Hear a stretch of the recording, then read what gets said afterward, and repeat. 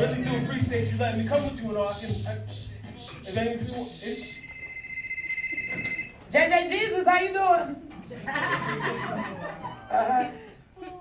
Yeah. Okay. I mean, anything you need that's to be fixed or whatever, I can do. Hey, JJ Jesus. Girl, didn't I tell you not to call me on this phone right here? Okay, bye-bye. So did you think you found my number and everything? So I'm good money, right? It's me. I'm good to go, right? It's You okay. just keep talking. I'm running a business here, okay? Hold on one second. Hello, JJ Jesus. Jesus on the main line. Tell me what you want. Oh, girl. Your number will be called in a little while, sweetheart. I'm answering a lot of prayers around here for Jesus, okay? Answering a lot of prayers. A lot of them. Your number ain't came up yet. Stop calling. All right. Get back in your prayer closet. Okay. All right. Make sure you know the order of prayer. You know the order of prayer, and then I'll answer. Okay. Bye. Okay, for those that don't know, all right, my name is Shaniqua Shaquan Renee. Better known as the gatekeeper for Jesus. I'm answering the telephone. That's what I do, okay? One time your number is going to come up, and you'll be sitting over here, too. But he's early. All right? So, we got a lot of stuff that we got to show y'all today. There's a lot of people here that got things on their mind. Faith and fortune. Okay, let's go. I'm on that list too, all right? Baby, your number ain't came up yet. Don't wanna get married. Going to the chapel and we're gonna get married. See, I really love you and we're gonna get married. Going to the chapel of love.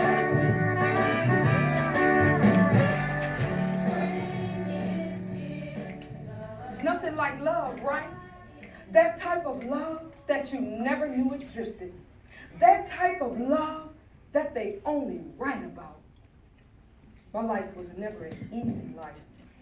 Lord knows better than any soul on earth what I had survived.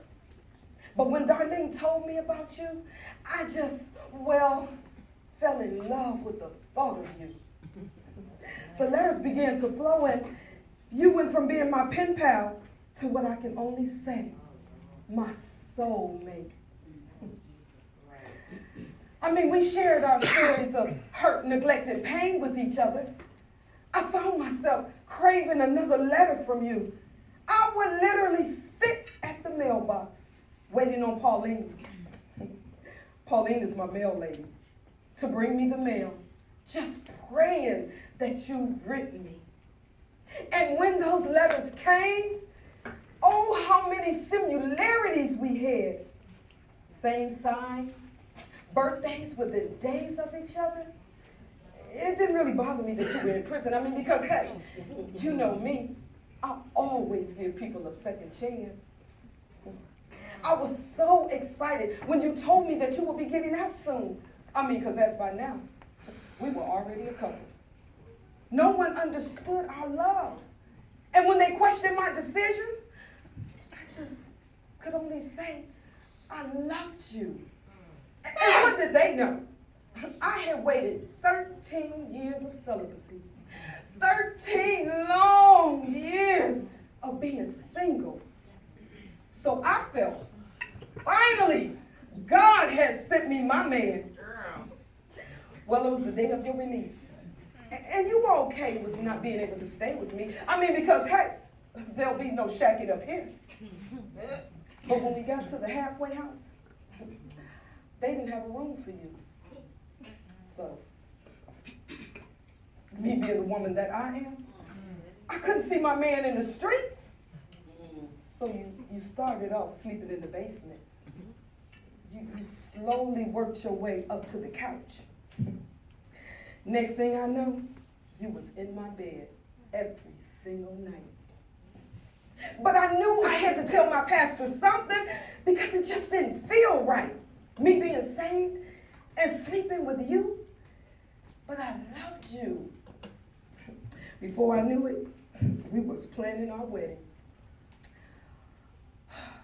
Well, I finally met your best friend, not sure he liked me too much.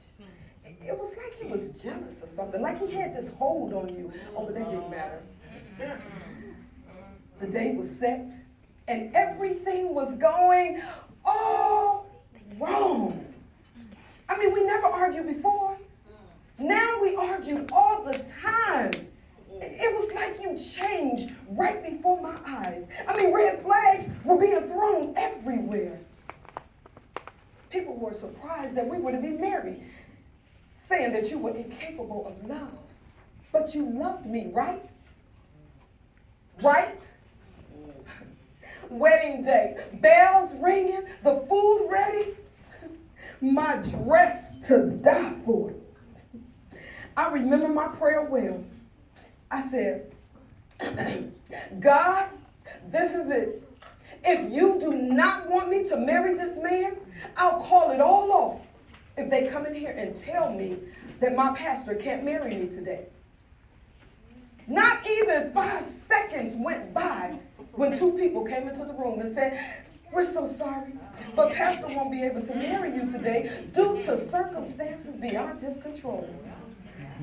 So I sat there wondering what to do, afraid to call it off. I mean, what would the people say? So I married you anyway, just a different pastor. I mean, everybody was there, even Alex, and that was great, I guess. Well, it's been 1 year and 9 months, and I don't see you much anymore. But why? I mean, you never come home anymore, and I mean never. You always had a reason to go hang with your boys. I just didn't understand why you didn't want to be with your new wife. So one morning, I got up real early, and I parked my car a few streets over, so you would think I was at work. Then I came back into our bedroom, and I hid in the closet of our bedroom before you were due to come home. Because today would be the day I catch you doing whatever it was you were doing. So you came into the house just like clockwork. You had company with you. You guys were laughing at something, and you became quiet as I watched as you began to kiss. Anger filled me as I watched you kiss somebody other than me, your wife. I screamed on the inside as you began to exchange oral favors for each other. I mean, I almost threw up, but I composed myself because I couldn't let you know that I was there watching you have sex with another man. I was your wife. I was your soulmate. I know it. I had sacrificed 13 years of singleness and celibacy to watch it burn to hell before my eyes. So I watched for 30 more minutes as you sexually indulged yourself until you went and got into the shower. And it was at that moment that I picked myself up and ran out of our home as fast as I could. I just thought, why? I just couldn't understand. I was hurt. I was mad as hell. I wanted to kill you both. I stayed away for 5 days before I made the decision to come back into our home, never telling you what I saw. But when I walked into my once beautifully decorated home, it was empty. Because everything I worked so hard for, you sold it. And as I saw you sitting in the corner of our dining room, sucking on a crack pipe, I asked you, why? Why would you turn my life upside down for no reason? Why? Answer me! And all you could say was that you missed it. at that moment that I died on the inside.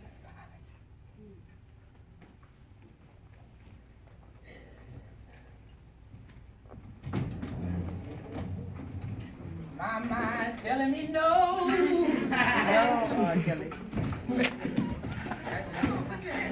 That's right.